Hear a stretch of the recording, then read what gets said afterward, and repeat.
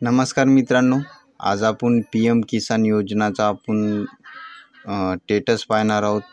सर्वप्रथम क्रोमो तुम्हाला उघडायचा आहे. तुमच्या मोबाईलमध्येही उघडू शकता किंवा PC लॅपटॉप असेल तर PC लॅपटॉपमध्येही तुम्ही तुमचं क्रोमो उघडू शकता. इथं तुम्हाला PM किसान असं टाकायचं आहे. हे बघा, इथं मी टाकलेलं आहे. नंतर तुमच्यासमोर ही लिंक येईल मित्रांनो. या लिंकवर तुम्हाला क्लिक करायचं आहे आणि तुम्ही PM किसान योजना कशी चालू करू शकता तेही तुम्हाला सर्व माहिती मी तुम्हाला सांगणार आहे या व्हिडिओमध्ये.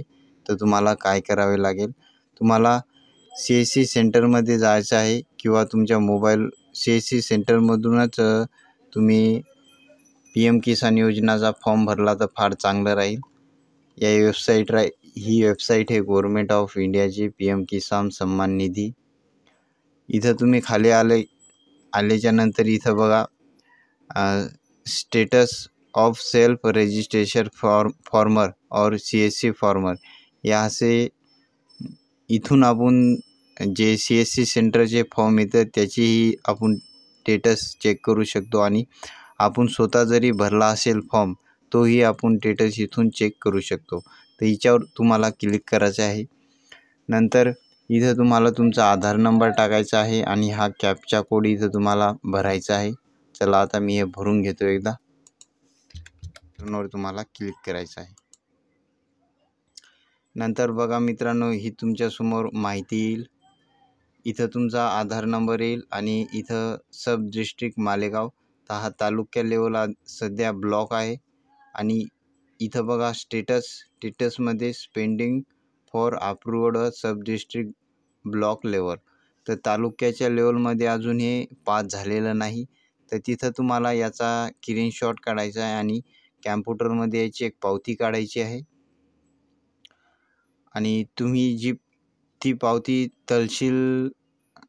तहसीलमध्ये न्यायची आहे. तुमच्या तालुक्या लेवलमध्ये न्यायची आहे, सब डिस्ट्रिक्टमध्ये. आणि तुमच्या तलाठी आहे, तलाट्याकडे द्यायची आहे तुमच्या, किंवा जे बिन तहसीलमध्ये PM किसान योजनाची किसान योजना त्यांच्याकडे आहे, ज्या अधिकाऱ्याकडे ही PM किसान योजना आहे तुमच्या तालुक्यामध्ये, त्यांची विचारपूस करायची आहे आणि तहसीलमध्ये हा फॉर्म तुम्ही सबमिट करायचा आहे तुमचा आणि म्हणायचं आहे की साहेब, आमची ही योजना तुम्ही लवकरात लवकर चालू करा. हिच्यासाठी मी पात्र आहे, माझ्या नावावर जमीन बी नाही. तर सर्वांच्या नावावर जमीन असेल तर हा योजनेचा तुम्ही लाभ घेऊ शकता. तुम्हाला तालुक्या लेवलमध्ये जायचं आहे आणि तुमची ॲक्टिव्ह झाली, ही योजना चालू झाली की इथंच तुम्हाला रिटर्न यायचं आहे.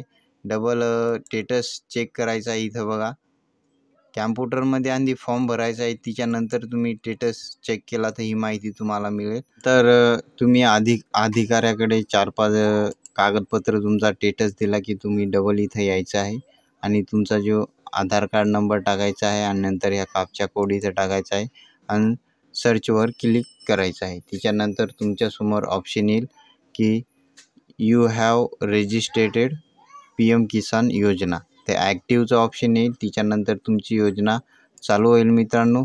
तिथं ते झाल्याच्या नंतर तुम्हाला EKYC करायची आहे. EKYCवर क्लिक करायचं आहे आणि इथं तुम्हाला आधार नंबर टाकायचा आहे आणि सर्च करायचं आहे. तुमच्या आधार नंबरवर एक OTP येईल. तो OTP टाकून तुम्हाला EKYC पूर्ण करायची आहे. नंतर तुम्ही इथं तुमचा नाव युअर स्टेटस बिन बघू शकता आणि इथून रजिस्ट्रेशन नंबर याच्यावर तुम्ही क्लिक करायचं आहे नंतर. आणि इथं तुमचा मोबाईल नंबर किंवा आधार सिलेक्ट करायचा आहे आणि आधार नंबर टाकायचा आहे. हा कॅप्चा कोड इथं टाकायचा आहे आणि गेट OTP, नंतर तुमच्या मोबाईल नंबरवर एक OTP येईल. ती OTP टाकायचा आहे आणि तुमचा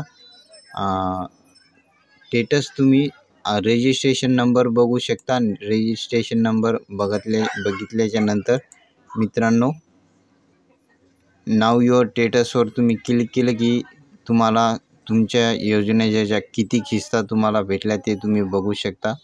सर्व माहिती तुम्हाला याच्यावर मिळेल. आजच्या व्हिडिओमध्ये मित्रांनो एवढंच. तुम्ही अशा पद्धतीने ही PM किसान योजना चालू करू शकता. एकदम सोपी प्रोसेस आहे. व्हिडिओ आवडला असेल तर लाईक करा. चॅनलवर नवीन असाल आपल्या सबस्क्राईब नक्की करा. पुन्हा भेटूया पुढच्या व्हिडिओमध्ये. धन्यवाद.